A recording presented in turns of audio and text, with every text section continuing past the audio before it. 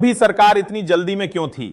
यह खबर बड़ी मीडिया चैनलों पर नहीं दिखाई गई, क्योंकि वहां अब खबरें दिखाई कम और छिपाई ज्यादा जाती हैं। लेकिन इस रिपोर्टिंग का पूरा श्रेय जाता है पत्रकार अरविंद को, जिन्होंने यह जानकारी सबके सामने रखी। उन्होंने एक आर्टिकल लिखा जो अब तक छिपाए जा रहे थे। इन्हीं दस्तावेजों से पता चलता है कि सरकार ने कानूनी अधिकारियों की आपत्ति के बावजूद चुनाव आचरण नियमों में बदलाव कर दिया, और यह पूरी प्रक्रिया संदिग्ध लगती है। करीब 60 लाख से भी ज्यादा वोट एक घंटे में, सुनकर हैरानी होती है। राहुल गांधी ने यह भी कहा कि जब चुनाव आयुक्त चुना जाता है तो सुप्रीम कोर्ट ने जो कमेटी बनाई थी उसे भी भाजपा ने बदल डाला। पहले 3 सदस्य होते थे, प्रधानमंत्री, नेता प्रतिपक्ष और भारत के चीफ जस्टिस। लेकिन अब भाजपा ने चीफ जस्टिस की जगह अपने एक मंत्री को बैठा दिया।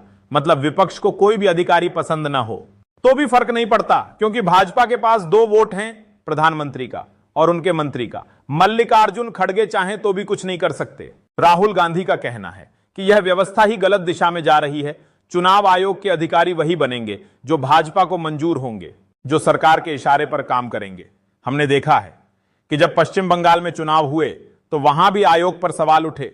भाजपा के नेताओं की हेट स्पीच पर कोई कार्रवाई नहीं हुई। राहुल गांधी का इशारा साफ है कि चुनाव आयोग निष्पक्ष नहीं रहा। अंपायर भी भाजपा का है, वोटिंग मशीन भी भाजपा की मानी जा रही है और जनता सिर्फ दर्शक बनकर रह गई है। उन्होंने कहा कि आज जो चुनाव हो रहे हैं वह लोकतांत्रिक तरीके से नहीं हो रहे, बल्कि एकतरफा हो रहे हैं। भाजपा संविधान को कमजोर करना चाहती है ताकि सत्ता में हमेशा बनी रहे। राहुल गांधी ने कहा कि अगर चुनाव बैलेट पेपर से हो जाए तो भाजपा हार जाएगी।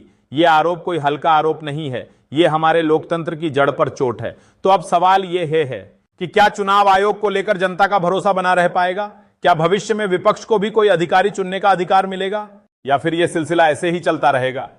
क्या आप सोच सकते हैं कि कोई आपके सारे हक छीन ले और आपको पता भी हो कि आपके साथ अन्याय हो रहा है, लेकिन फिर भी आप कुछ न कर सकें? यही हाल है हमारे लोकतंत्र का, और यही कहानी है चुनाव आयोग की। राहुल गांधी ने एक बयान दिया और सियासत में भूचाल आ गया। उन्होंने जो लिखा और जो कहा, उसने एक बार फिर चुनाव आयोग की साख पर सवाल खड़े कर दिए। महाराष्ट्र का चुनाव भले ही जनता भूल जाए, लेकिन वहां जो कुछ हुआ